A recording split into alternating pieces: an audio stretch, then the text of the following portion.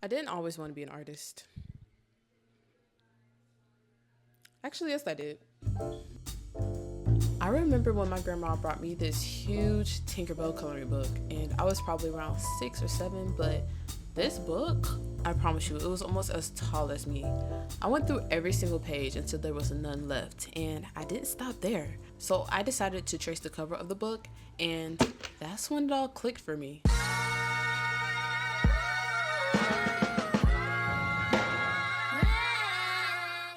Soon I was drawing all of my favorite cartoon characters like Kingdom of Hearts, Kick Buttowski, and of course, Bratz. Okay, I was obsessed with Bratz. Somewhere along the lines, someone gave me a sketchbook, and that's when my dad stepped in and started showing me some drawing techniques.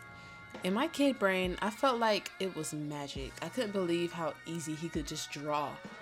My dad is an artist and he used to do portraits, murals, and sketches, but I didn't get to see many of his pieces. But I still tried to copy what he did with my little old art set. That's when I realized maybe I could really do this. My mom bought me a fashion sketchbook and an America's Next Top Model book. Now, if you watched that as a kid, you know that that show had a grip on us. I started making my own fashion illustrations, trying to draw everything that I saw, and I even went to YouTube to figure out how to draw models. Honestly, most of my figures were a little off. They had big heads and long torsos, but it was my holy grail at the time. I was so determined to be a fashion designer that I started taking sewing classes, and I was very much into DIYs, crafts, and making things out of random stuff I found around the house. At the end of elementary school, I was encouraged by a teacher's aide to audition for an art school. My mom helped me put my portfolio together, and soon enough, I got in.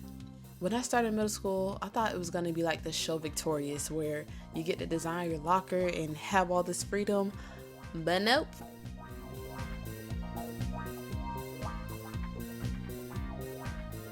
I was so shy and I was not sure of what to expect.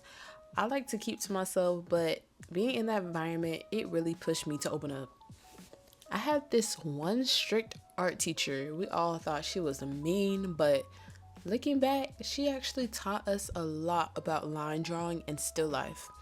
We did a ton of continuous line studies, which were challenging, and I used to hate doing them, but they were definitely eye opening. When it came to high school, most kids at my school continued within the arts, but me, I was not sure. I kind of wanted to go to a regular school, mainly because I felt like I was missing out on the traditional experience like football games and pep rallies, cheerleaders. But my mom encouraged me, and I ended up auditioning last minute for the art high school. I am so glad that I did. At the school, I had to pick a major within my major. This is when I started learning more about painting. Before that, I was mainly into drawing and sketching. I found myself taking a sculpture class, and it was one of my favorites. My teacher was very chill, and the class was just fun. I remember just bringing home random pieces of wood to make my own jewelry stand, and yeah, I was that kid. I remember being in the process of making my first ever bust statue, and COVID decided to surprise us. Till this day, I was so bummed that I didn't get to finish my bust sculpture. From the end of 11th grade to my senior year, I was navigating all of my art from home. Honestly, I kind of liked it. I had more freedom to do things my way. I even got my first part-time job while balancing all of my senior projects. At that time, my major was photography, and my work was focused on the overlooked beauty within the Black community. I was so proud of that work, and I still am. I won a gold key within Scholastic's Art and Writing Awards, and my work was even featured in Radix magazines, and I received a lot of shout outs from some big art galleries online. That's when I started taking my work more seriously, and I began offering commissions. Acrylic paint became my main medium, and I started to feel like I was really finding my voice as an artist. Then came the college decision. Even though I loved art, I wasn't sure if majoring in it was worth it. I mean, I thought to myself, I could probably teach myself how to paint better thanks to YouTube. Do I really need a degree in this? Instead, I started focusing on graphic design because I knew this field was in demand, and I also was interested in branding. I thought having both art and design skills would be a great combination, and I still believe that to this day. I decided to major in graphic design and transfer to a university after receiving my associate's degree. But it is so funny how things work. I attended the school for a semester and I really loved the experience, but when I applied for the graphic design major, I did not get in.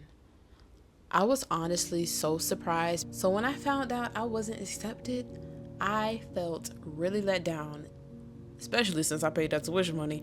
I mean, the program is very competitive. They only accept around 30% of their applicants. But looking back at that rejection turned out to be a blessing in disguise. I became involved in the art community and began attending art events more frequently, and I loved being able to meet different people and view different perspectives in the industry. I didn't really know what a full-time artist really involved, and I was able to get more of an understanding just by talking with others. I reached out to some amazing artists and even had some reach out to me, and I began being a part of the art events and showcasing my pieces.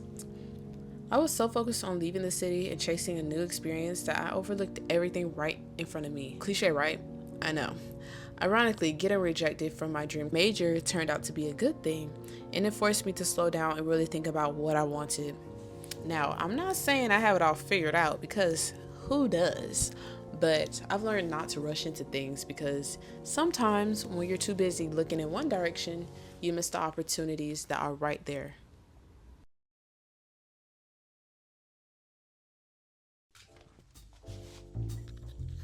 Have you ever had a moment where you had this great idea and you were thinking, oh my gosh, this is gonna be so fire, like ain't nobody like me, you know?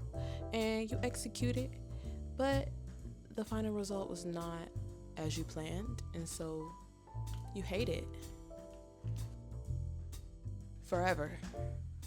A few months ago, I found myself letting those moments kill my creative energy, and I was stuck in the cycle of, staying in that comfort zone.